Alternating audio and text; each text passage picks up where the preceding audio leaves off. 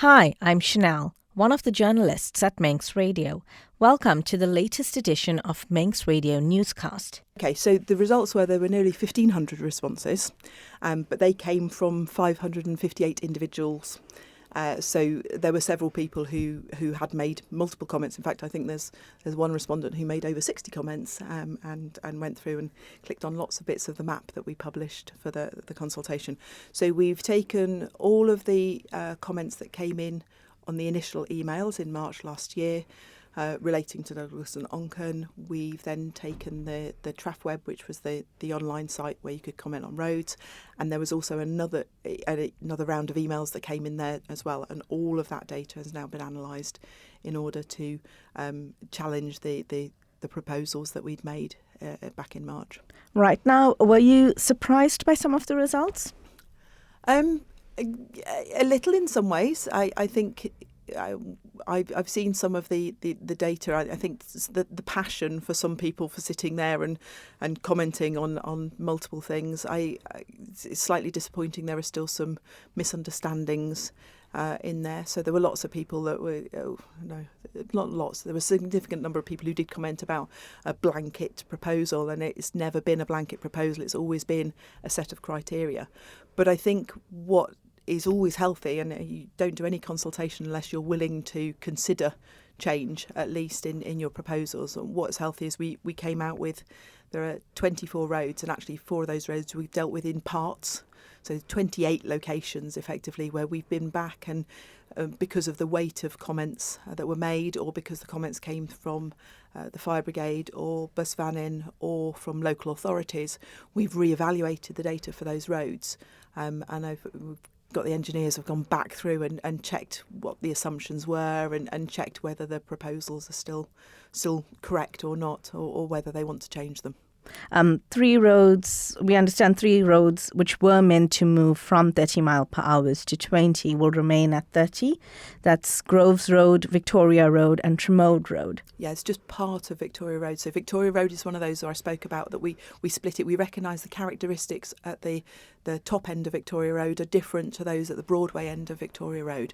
And so we've split Victoria Road into 2. And when you do that analysis on the separate parts, quite clearly the lower end as you approach Broadway meets the criteria for being a 20 mile an hour road, whereas the top end can be sustained at 30. Right, and Whitebridge Road in Onchan, that will be moved to 20 mile per hour from 30. I think the original plan was to keep it at 30, but it will be dropped down to 20. Yes, it's a small section. It was going to change to 20 anyway. We'd proposed by Ballacrint Road, and we've actually moved that, imposing the 20 back, so it covers the junction of Windermere Drive onto Whitebridge Road, because we recognise how difficult it is sometimes for vehicles to get out of that junction safely. There have been requests for mirrors to be placed there because the traffic comes up very fast sometimes under Whitebridge and comes up the hill. And the Onchan commissioners, when we spoke to them, were quite aware of lots of very near misses on the pedestrian crossing that's there. And so they'd requested that zone be pulled back a little bit further to try and slow down the traffic before you get to that pedestrian crossing. Right. Does that mean then, would the department then go back to the drawing board and make new maps, just to highlight these changes or the change? Yeah. Yeah. So in order to get the revised traffic order through, we've published new maps, and so we've got a before and after. Again, there's what our proposal was, and then we've highlighted the changes on our proposal. So those are online, and you can view those maps. You can zoom in and see where the changes are. They're all highlighted very, very helpfully. The officers have put a little box and highlighted the roads that we are changing from our original proposal. But there's also a consultation report, and that goes through all of the 28 locations, so the 24 roads or parts thereof, goes through all those 28 locations, and then explains the reasoning for why we are either holding it at 30 or holding it at 20, or whether we're changing it to 30 or changing it to 20. So all of those changes or decisions to not change from our proposals are justified in there, so people can read for each location what the analysis process was. When we first started speaking, you mentioned, some people still believe that the department was taking a blanket approach. Earlier in the year, you said that 68 new poles had been put up in Douglas and Onchan ahead of signage. In hindsight, was it a mistake? Did it lead to people? Do you think that's what led people to believe that the department had already made up its mind and this is where it's all kind of stemming from? I absolutely it did. And I think, in deference to the department, officers publish traffic orders all the time. They have minimum of 2 weeks consultation statute for comments and objections to be made. And it was just part of programmed work that I'd obviously recognised the need to consult more widely than just publishing a map of the whole island, which was just too much information to take in and to deal with. And we'd sort of press pause on that to do a wider consultation, which is what we've done. But unfortunately, nobody told the workmen that were installing the poles that we needed to pause on those. So that's been paused. We know that a couple of the poles didn't go in the right locations anyway. And so once we've consulted now on what the revised proposals look like, we'll then start sorting out where the poles need to be. Speaking of poles, there was that one pole in Onchan, I think it was Hilbury Road, where the pole was in the middle. And a few residents were complaining about that. Has any work been sorted around that one? Not yet. So what the department did was there was a temporary surface around that which was unsatisfactory. So they dropped a small amount of asphalt in around the bottom of the pole, which then created another rumour that it was permanent and it was staying there. It's not staying there. We recognise it's in the wrong place, but there's no point sending the workmen back to do little pieces of work. We'll do it all as one big project. So we will go in, revise the position of poles if we need to, in light of some of the changes. So things like Groves Road staying at 30, it means we need a small number of additional poles on the side roads so that you clearly delineate that once you've come off Groves Road, you are in 20 mile an hour zones.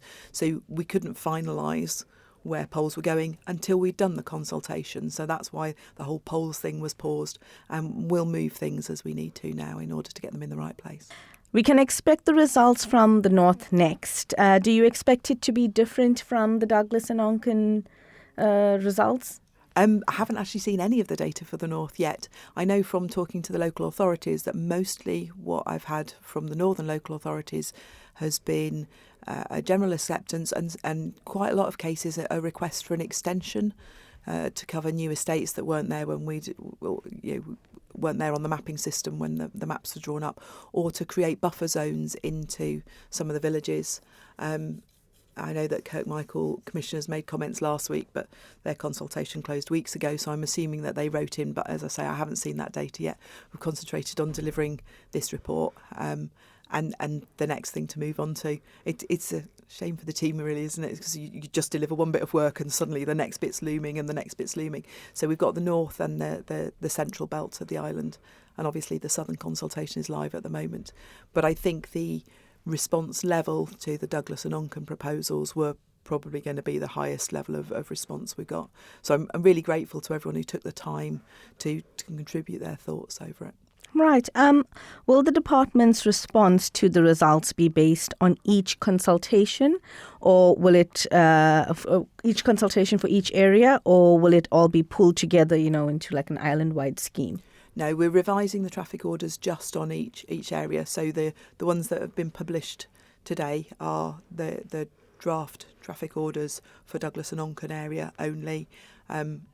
That goes for a minimum of 2 weeks. I think it's 2.5 weeks probably till the closing date, so people can make further comments then. And once we've finished that, work will commence on installing the signs in the right locations. The traffic orders will be signed off and it'll start to come into force. And then we'll move on.